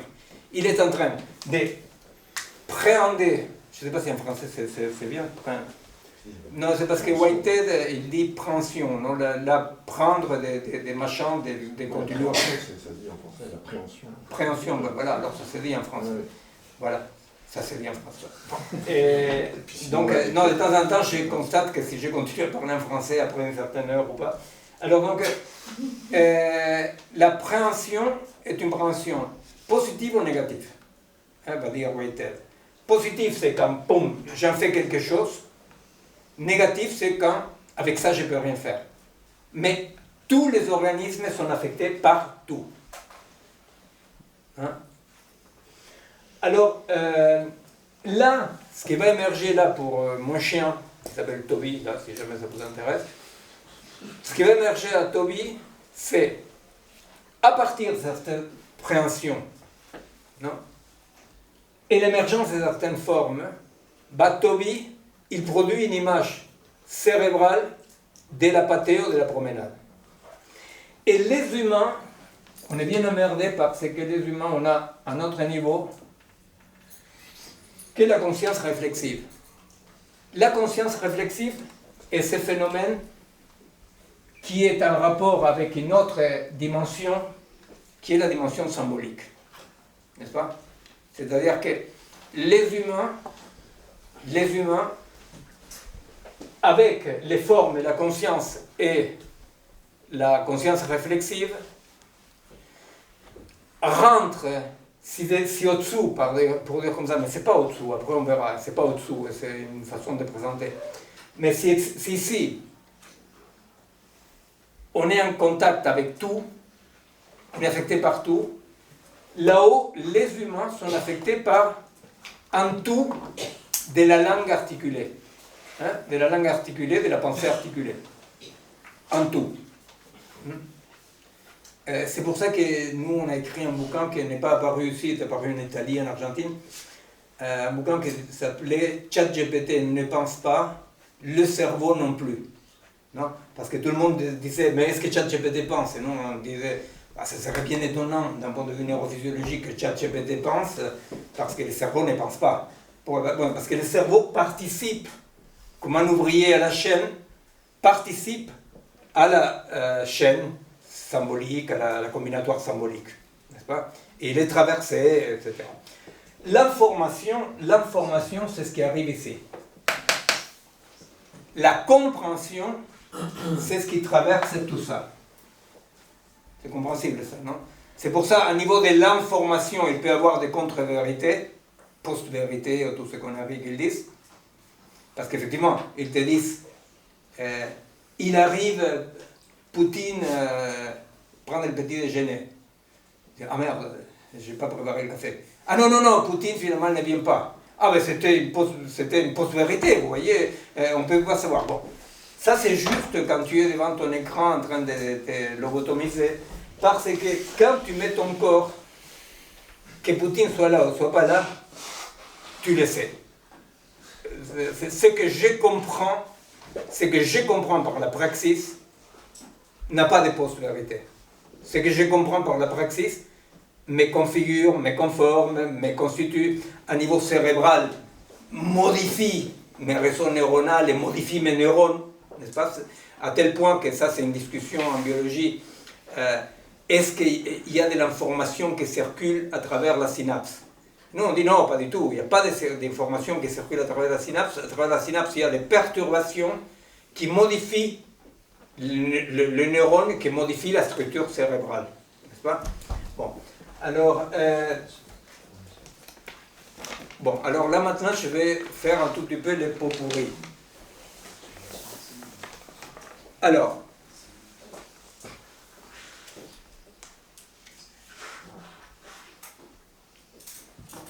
bien. Alors, ces niveaux-là, pour vous donner un peu des des vocabulaires différents et références différentes. Ces niveaux-là, c'est le niveau que Simondon appelle les pré-individuels. Les pré-individuels. Les pré-individuels, merde, là je parle en espagnol, permanece, reste, excusez-moi, perdure dans l'individuel. Hein? C'est-à-dire que les pré-individuels, qui est l'éloignement de l'équilibre, perdure dans la stabilité de la forme. Alors, Simondon va dire, je ne peux pas comprendre les pré-individuels, l'individuel à partir de l'individuel. Pour comprendre l'individuel, je dois le comprendre à partir du pré-individuel.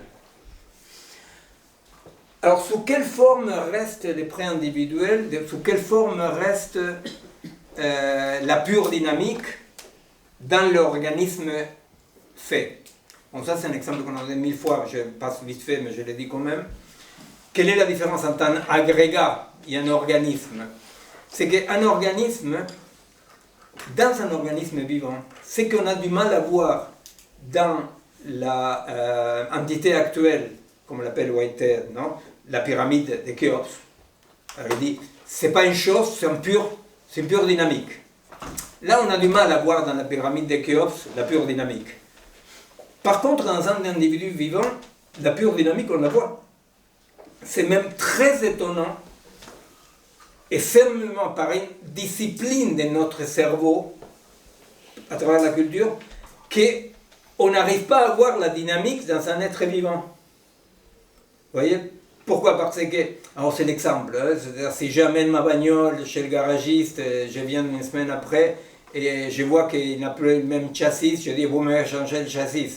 Je regarde, vous m'avez changé le moteur. Je regarde, vous m'avez changé les sièges, je sais pas quoi. Alors à la fin, je dis, c'est pas ma bagnole. Non? En revanche, il y a Pedrito qui naît.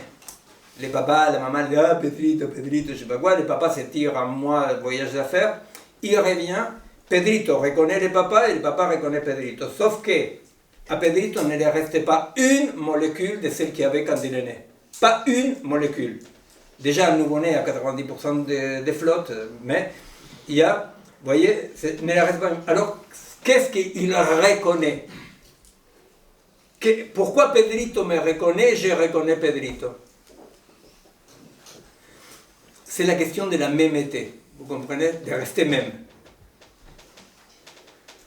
Là, on est dans un exemple très négligé en épistémologie par manque de connaissances biologiques, n'est-ce pas?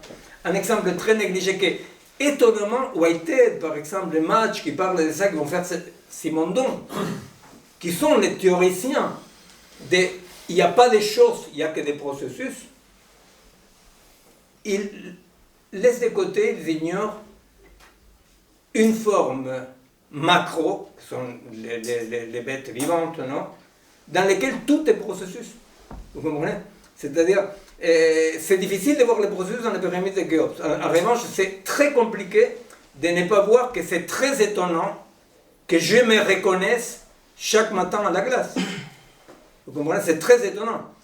Et d'ailleurs, c'est très fragile. Hein? C'est très fragile. Il y a quand même pas mal de cas de maladies neurodégénératives dans lesquelles c'est pas que tu ne reconnais pas ta cousine, tu ne te reconnais pas toi-même. Non? Tu ne vois pas qui est la personne qui est là. Donc, sous quel mode existent les pré-individuels, les sans forme, hein, vous comprenez, les pré-individuels, c'est les apeiron, hein, c'est l'apeiron des Grecs, c'est-à-dire c'est les sans forme. Hein. Et sous quelle forme existent dans un organisme les pré-individuels? Bah, si vous vous penchez un peu sur la biologie, vous comprenez que c'est évident. C'est-à-dire que les pré-individuels est en permanence fonctionnant, c'est-à-dire que ça c'est une pure dynamique. Un être vivant est une pure dynamique permanente qui ne reste jamais égale à lui-même. Et alors là, passons, puisque je vous ai promis un peu de vocabulaire différent. C'est quoi? C'est quoi que nous voyons ici? Eh bien, ce que nous voyons ici, c'est ce que Deleuze appelle la différence. La différence. Vous comprenez? La différence n'est pas la différence entre ces marqueurs et celui-là. La différence que Deleuze va étudier, c'est-à-dire que la différence entre ces marqueurs et celui-là, voilà, c'est une différence entre deux entités substantielles. Ce que Deleuze va étudier pour expliquer Spinoza, c'est la différence comme si la différence était une dynamique en soi. Vous comprenez? Il étudie la différence. Vous voyez, il n'étudie pas qu'est-ce qui est différent à l'autre, il étudie la différence en tant qu'un concept en soi. Et la différence est cette dynamique pure qui est ni plus ni moins ce qui permet que papa reconnaisse Pedrito et Pedrito reconnaisse papa, même si toutes les parties extensives, hein, on va nommer parties extensives, les parties qui ont une forme, qui ont une matérialité, pour aller vite fait. Oui? Toutes les parties extensives sont parties, elles partent en permanence, et alors qu'est-ce qu'on reconnaît? Eh bien, cette différence, cette dynamique, reconnaît l'autre dynamique. Vous comprenez? C'est la dynamique qui reconnaît la dynamique. Ce n'est pas les stables parce qu'il n'y a pas de stable. Vous voyez? Et je répète, c'est plus difficile de dire dans la pyramide de Khéops il n'y a pas de stable. On reviendra par rapport à la différence, là il y a un problème pour nous. Mais dans les vivants, effectivement, tout c'est bon. Alors, comme il appelle Deleuze ça. Ah, hein? Bravo, bravo, mais lui il triche parce que quand même est mon co-auteur.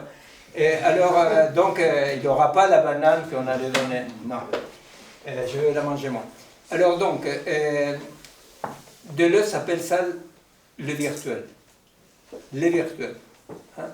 Alors, la virtualité pour Deleuze, ça n'a rien à voir avec l'abstraction. Hein? Le virtuel, c'est quelque chose de très réel, pour dire comme ça, vous voyez, très réel. Et le virtuel, donc, c'est cette dimension dans laquelle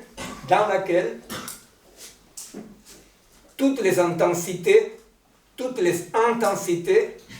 sont en fonction. Toutes les intensités. Quand cette intensité monte, et là il y a un problème théorique à éclaircir, quand cette intensité monte, il monte vers une forme. Mais quel est le problème quand on commence à étudier Spinoza? C'est que Spinoza va dire qu'il y a une consubstantialité sur les deux attributs de la substance, l'étendue et la pensée. Non? L'étendue et la pensée. Alors, qu'est-ce qui va apparaître ici comme un problème de compréhension? Pas de Spinoza, mais un problème de compréhension.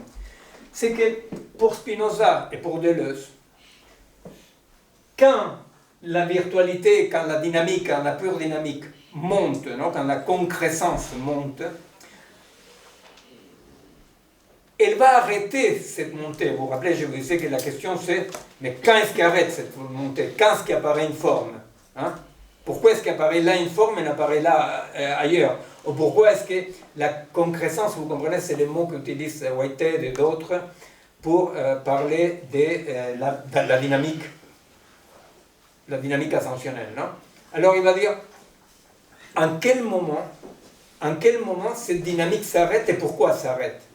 Et alors, Spinoza va dire, non, cette dynamique s'arrête quand, dans la dynamique pure d'agencement,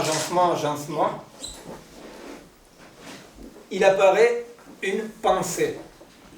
Vous voyez, c'est la pensée. Hein? Vous comprenez? C'est-à-dire, c'est une problématique comme si c'était une problématique d'Aristote ou de Platon. Hein? La matière trouve une forme, et la forme c'est la pensée. Vous comprenez? Alors donc là, ça pose un problème parce qu'on dit mais comment la pensée, mais alors quoi? Il faut qu'il y ait une pensée. Et là, je ne sais pas si pour vous c'était une confusion ou pas quand vous avez étudié Spinoza, mais c'est une confusion pour beaucoup de gens qui étudient Spinoza, parce que si la pensée est là, il y a un problème tout bête, hein? Mais avant qu'existe l'humanité, non? Avant qu'existe la pensée articulée, les formes n'avaient pas de limite, alors, vous comprenez? C'est-à-dire que si nous comprenons l'attribut pensée de Spinoza comme la pensée articulée, il y a une aporie. Il y a une aporie. Vous comprenez? Parce que ça veut dire que quoi? Que les corps non humains ne peuvent pas produire des formes. Vous comprenez? C'est-à-dire que tout est sans forme en permanence. Et c'est effectivement un problème que Deleuze ne résout pas de notre point de vue, humblement. C'est quand il va assimiler la concrescence au rhizome. Parce que les rhizomes, effectivement, il utilise la figure des rhizomes pour dire ce qui n'est fini dans aucune forme. Vous comprenez? Il n'y a finalement aucune forme qui les limite. C'est-à-dire la puissance va vers l'infini. Et nous disons, alors, ce qu'il va dire Deleuze aussi en suivant Spinoza, va dire, mais quand il émerge, il va dire les deux choses, hein, c'est-à-dire la puissance du virtuel va se développer, et à la fois va dire, mais capturé par le corps, quand il trouve la pensée, émerge une forme. Et là, ça nous rend confus. Ça nous rend confus parce qu'on croit que la pensée, c'est la pensée articulée. Or, nous appelons pensée, et là je pense que c'est tout à fait en fidélité avec Spinoza et bon, certaines lectures de Deleuze aussi, nous appelons pensée, dans le sens spinoziste, l'étendue de la pensée, à l'émergence d'une forme. Vous comprenez? C'est-à-dire, les corps pensent. C'est ça qu'on est en train de dire. Les corps pensent. D'une pensée qui n'est pas une pensée symbolique du tout. Les corps pensent. C'est-à-dire que les corps, de par leur expérience, de par leur préhension, de par leur perception, eh bien, les corps forment des formes que nous appelons la pensée corporelle. Alors là, je vais vous donner quelques problèmes qui apparaissent là, mais je vous donne tout de suite un exemple par rapport à la pensée corporelle et la pensée symbolique. L'exemple que Francisco Varela, non, il donnait toujours, c'est que nous, on essayait de comprendre comment Francisco Varela, je ne sais pas si vous connaissez, vous êtes tous très jeunes, mais bon, c'est les Chiliens que la Salpêtrière, il a développé l'idée d'une action. Une action, ça veut dire qu'il n'y a pas de perception du monde à travers des stimuli. Le cerveau produit des formes. Hein? Donc la forme que j'ai produite ne correspond pas à une forme extérieure comme ça, correspond plutôt à ma structuration cérébrale. Aujourd'hui, la neurophysiologie est absolument banale, ça, mais c'était quand même une révolution. Alors, Francisco, lui, il dit il y a une pensée corporelle, non?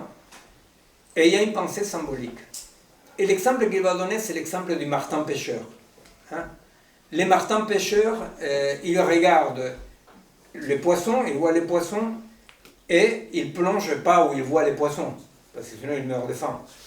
Ils voient le poisson, ils opèrent par des formes dans son cerveau un calcul simple de la réfraction de l'eau, et ils plongent là où il y a le poisson. Ça, c'est l'émergence et la dynamique des formes d'une pensée du corps. Vous comprenez? C'est-à-dire que le corps pense, les corps pensent parce que les corps existent, parce que le corps agit en permanence. Qu'est-ce que nous faisons, nous les humains? Nous les humains, jusqu'à peu de temps, on n'avait pas encore tout à fait la IA sur nous. Alors, qu'est-ce qu'on faisait? Bon. On utilise la formule de la réfraction de l'eau. Que ça a à voir avec la raréfaction aussi. C'est-à-dire que vous pouvez calculer par rapport à l'eau, elle est pure, elle n'est pas pure. Et alors, vous savez que les poissons n'est pas là où vous les voyez, vous faites un calcul et vous savez où il est. Quelle est la différence entre un martin pêcheur qui produit la pensée, la forme ici, et la formule de la réfraction de l'eau? Et que la formule de la réfraction de l'eau peut se tromper. Voilà. C'est que la pensée nous trompe. C'est-à-dire que la pensée articulée nous déterritorialise, non? Et effectivement, cette déterritorialisation corporelle, ni plus ni moins, ce qui va incorporer, c'est la possibilité d'une erreur. Si le martin pêcheur, par un accident, est myope, je ne sais rien, effectivement, il va mourir de faim. Mais il ne se trompe pas, vous comprenez? Attends, il ne se trompe pas. Mettons qu'il a eu un coup à la tête, le martin pêcheur, et tout à coup, il n'arrive plus à faire cette accommodation. Non? Bon, il va mourir. Mais il ne se trompe pas, pourquoi? Parce que ce petit cerveau, qui maintenant il fonctionne comme ça, ne peut pas prendre les poissons. Mais vous comprenez? Mais ce n'est pas parce qu'il se trompe. Vous comprenez? C'est parce que son cerveau ne peut... Vous comprenez? C'est pas pareil de dire une erreur. Or, la pensée symbolique, eh la pensée symbolique est la pensée que, parce que tout à fait déterritorialisée, introduit la question de la vérité logique, de la proposition logique, plutôt que ce qu'appelle Whitehead la proposition la plus intéressante. Il y a lui après. Non mais quand vous dites qu'il ne se trompe pas pour le corps, si on dit qu'il ne se trompe pas sur le corps parce que c'est de quoi il est capable par rapport à son corps, de la même manière, on peut dire qu'un modèle physique, on ne se trompe pas dedans par rapport au modèle qu'on a établi, la logique est bonne, et on fait le maximum, les choix logiques avec ce modèle et ces hypothèses. Et donc on ne se trompe pas en utilisant ce modèle, c'est juste qu'on n'a pas le bon plan de vérité. Les problèmes, c'est qu'il y a une discontinuité qui apparaît.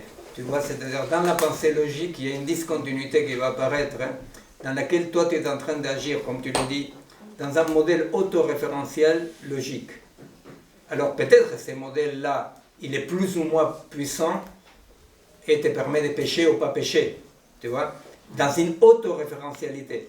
Par contre, pour le Martin pêcheur, il est dans une continuité. C'est-à-dire que ici, on est dans ce que Deleuze dit.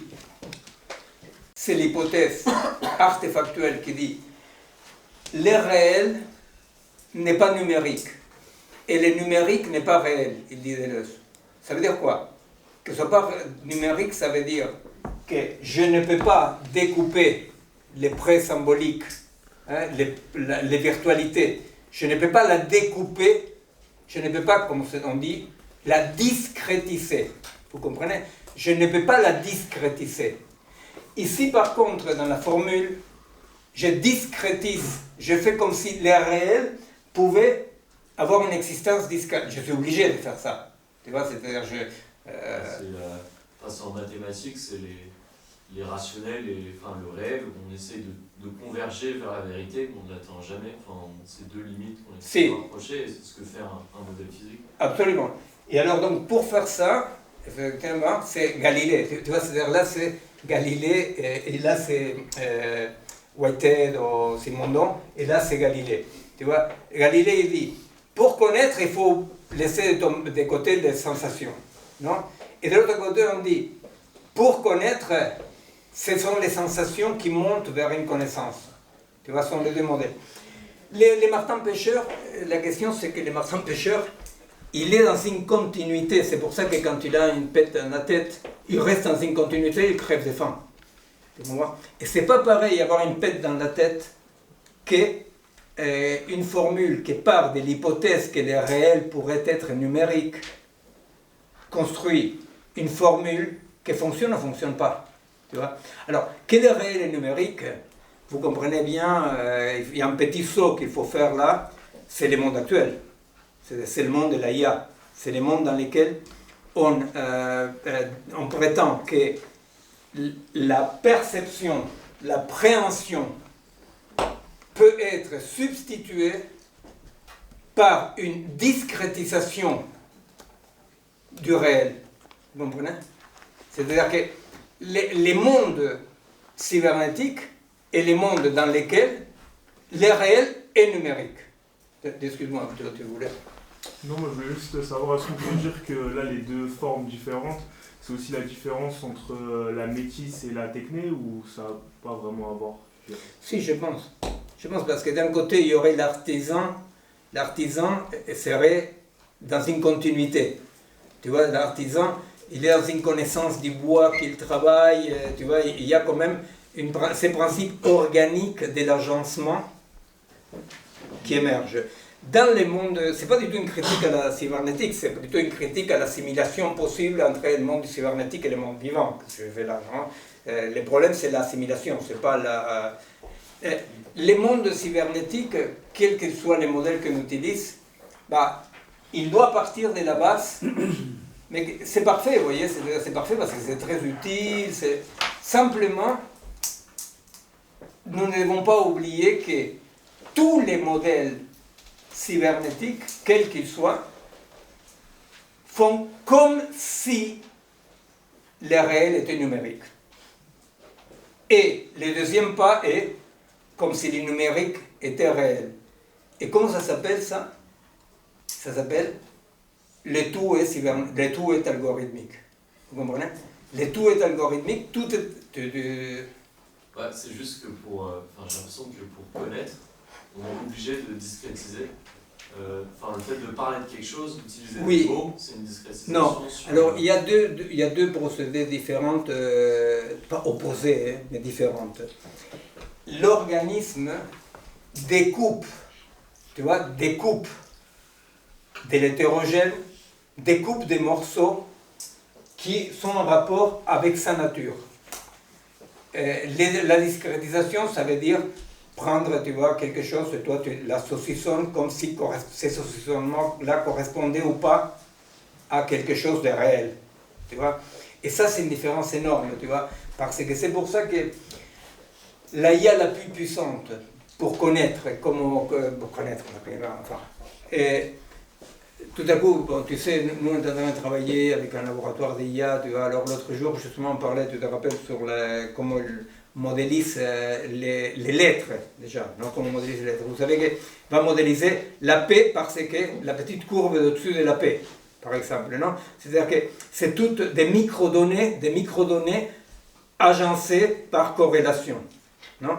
Chose qui fait que, par exemple, pour une IA, pour entraîner une IA à reconnaître un chat, c'est un boulot énorme parce que la IA va par des microdonnées jusqu'à pouvoir construire une forme d'un chat. Il faut les montrer un chat d'un côté, de l'autre côté, des bouts, vous comprenez? N'importe quel chien, chat, enfant voit l'oreille d'un chat et sait que c'est un chat. Et s'il voit l'oreille seule, c'est qu'on a coupé l'oreille à un chat. Vous comprenez? C'est-à-dire que le découpage implique un mode d'existence, mais ce n'est pas une critique, vous comprenez? C'est juste là où il y a une militance carrément de notre part, c'est de dire attention, ne pas confondre la singularité du vivant avec l'artefactualisation. Mais par contre, ce n'est pas une critique, ce sont deux dimensions fantastiques, de toute façon, sont là. Mais les découpages est toujours découpage des globalités, vous comprenez? Il y a un ensemble qui émerge. Et un ensemble qui émerge comme ensemble. Entre autres choses, non? L'organisme, à chaque fois qu'il est affecté, l'organisme n'est pas affecté dans un de ses modules. L'œil ne voit pas, le cerveau ne pense pas. Les sensations sont des phénomènes émergents de l'ensemble d'un organisme vivant. Vous comprenez? C'est tout le contraire de la modularisation de l'artefact. Vous comprenez? C'est-à-dire, si moi je veux que mon programme fasse ci ou ça, je dois l'adjuter un module. Pour qu'il fasse ci. Alors il va reconnaître maintenant les chats par le cul. Ah, la paume, je sais pas. Par contre, effectivement, de l'autre côté, c'est un chat émerge de l'ensemble. Vous comprenez? C'est un chat. C'est un ensemble en rapport avec un ensemble. Bon, alors maintenant, je vous avais promis, je vous dis, vite fait. Alors, là, on a... Bon, la prochaine fois, on va continuer parce que j'ai fait un joli dessin avec les couleurs et tout. Alors, ici, pour vous dire des choses que vous avez pu lire, moi je vous assure que la question là, dès que la concrescence, la dynamique s'arrête quand il émerge une forme, c'est vraiment un problème déjà résolu, ouf, vous dites, non? Pour dire, effectivement, la forme émerge de la rencontre d'une dynamique avec une pensée. Vous dites, merde. Ah non, parce que non-pensée à la construction d'une forme, à la production d'une forme par un organisme. Vous comprenez? Ça, c'est vraiment, je vous assure que par rapport à lire Spinoza, ça vous rassurera beaucoup, ça vous ouvre le chemin, n'est-ce pas? De ne pas nommer pensée à la pensée symbolique. Hein? Bon, alors, ici, il y a le virtuel. Et ici, qu'est-ce que dit Deleuze qu'il y a? Allez, il y a un jeu de banane en jeu. Qu'est-ce qu'il dit? Si ici, il y a le virtuel, qu'est-ce qu'il y a là? Alors, l'actuel. L'actuel. Ici, il y a l'actuel. Ici, il y a le virtuel. Là, je parle de Deleuze. Pour Deleuze, ici, il y a le virtuel et ici, il y a l'actuel. L'actuel, c'est quoi? L'actuel, c'est ce qui, effectivement, est un acte aujourd'hui. C'est ce qui est un acte, ce qui émerge comme forme. Pour Whitehead, non? Ici, il y a la concrescence, et ici, il y a une entité actuelle, il va dire, une entité actuelle. Actuelle, c'est-à-dire que c'est un acte. Qui est un acte. Et alors, qu'est-ce qu'il va dire Whitehead, et ça, peut-être, si vous voulez, on peut arrêter après là-dessus, mais c'est intéressant parce que ça permet de mettre en ordre Spinoza. Whitehead va dire, une entité actuelle se développe, n'est-ce pas? C'est-à-dire, c'est la puissance et la dynamique. Et qu'est-ce qui les freine? Qu'est-ce qui les freine? Alors, il va dire, ce qui les freine, c'est... Je ne vous demande pas qui c'est, parce que je sais que Whitehead est peu connu, mais Whitehead, qu'est-ce qu'il va dire? Ce qui va l'arrêter, c'est la rencontre avec un objet éternel. Un objet éternel. C'est quoi un objet éternel?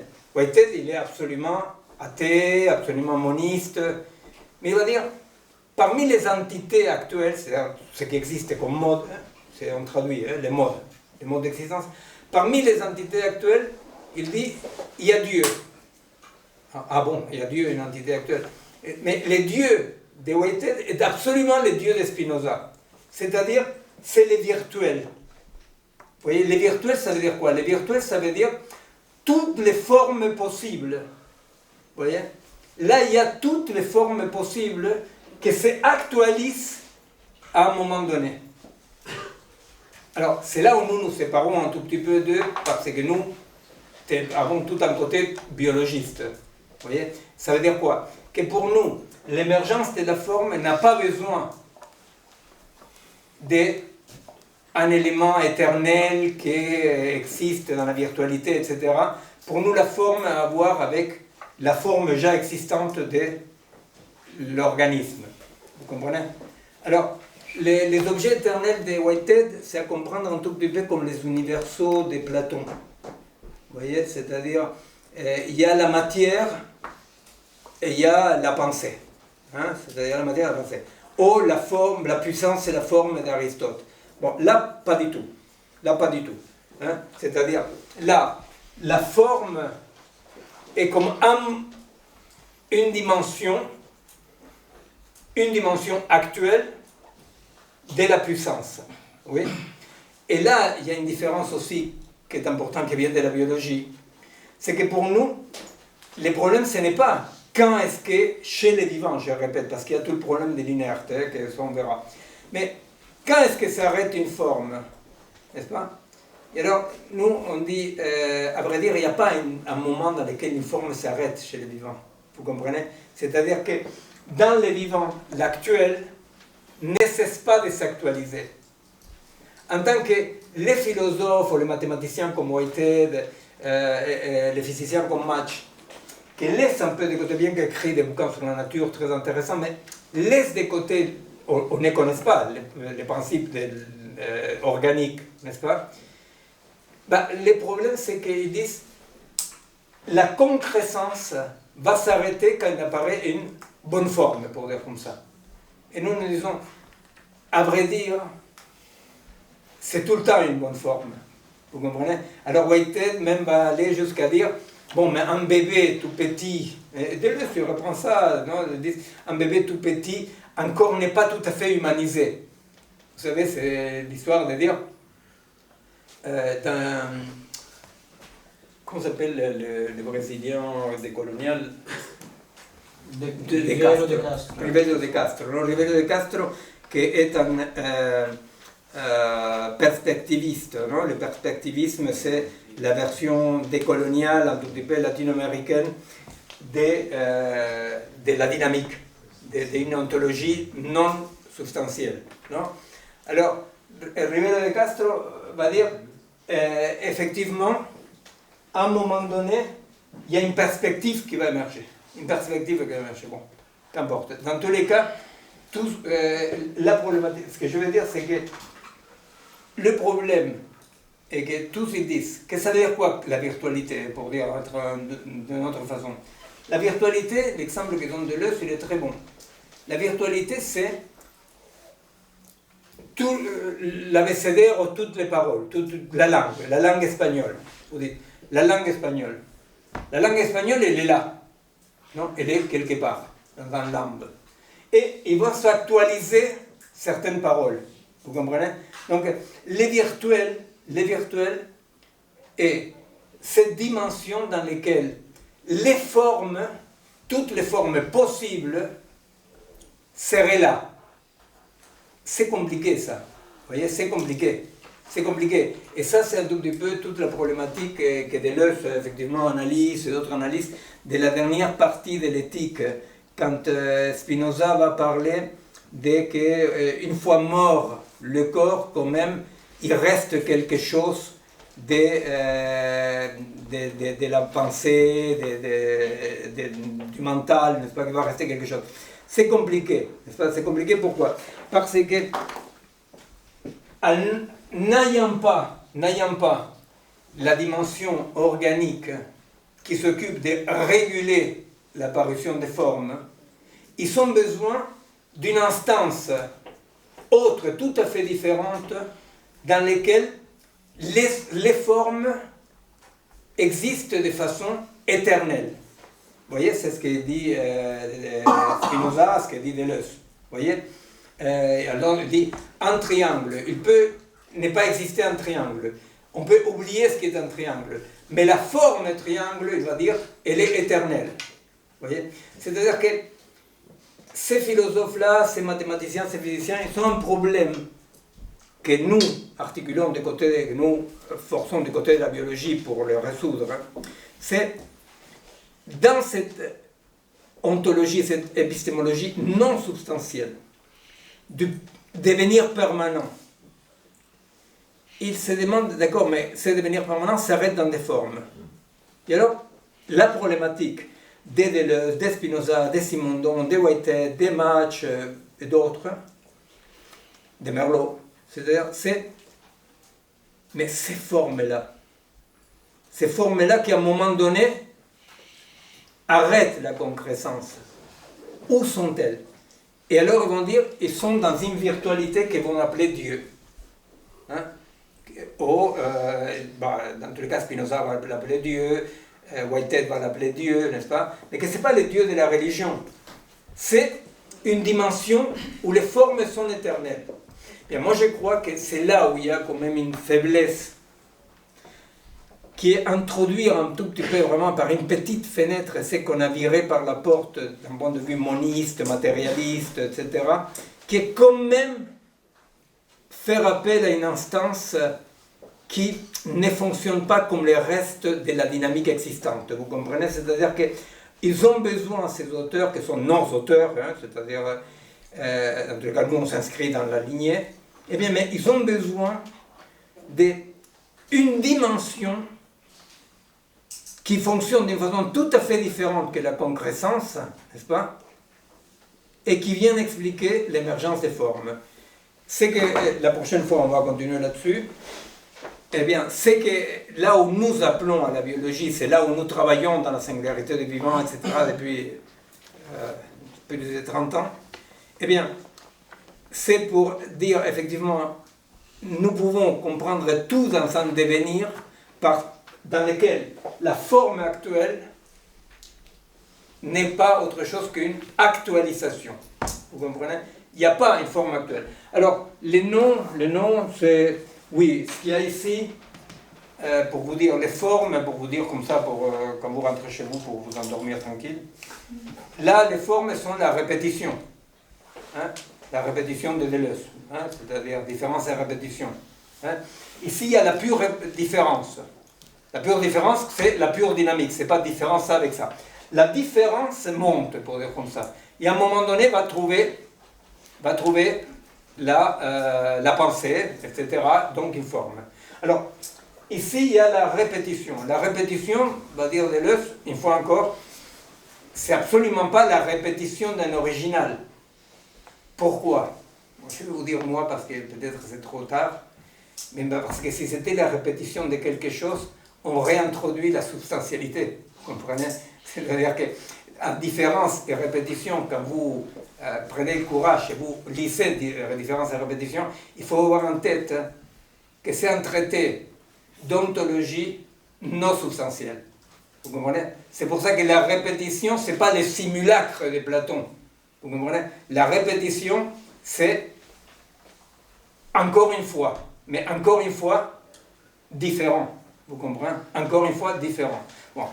Là, maintenant, il est trop tard, mais tout ça, effectivement, effectivement, chacun des machins, là, c'est un mode d'être. L'actuel, la répétition, les virtuels.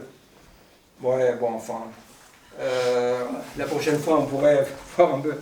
Et juste par rapport à ça, si vous avez envie de jouer un peu avec ces concepts-là, l'article de Walter Benjamin sur l'œuvre d'art dans l'époque de la reproduction industrielle, ça s'appelle technique.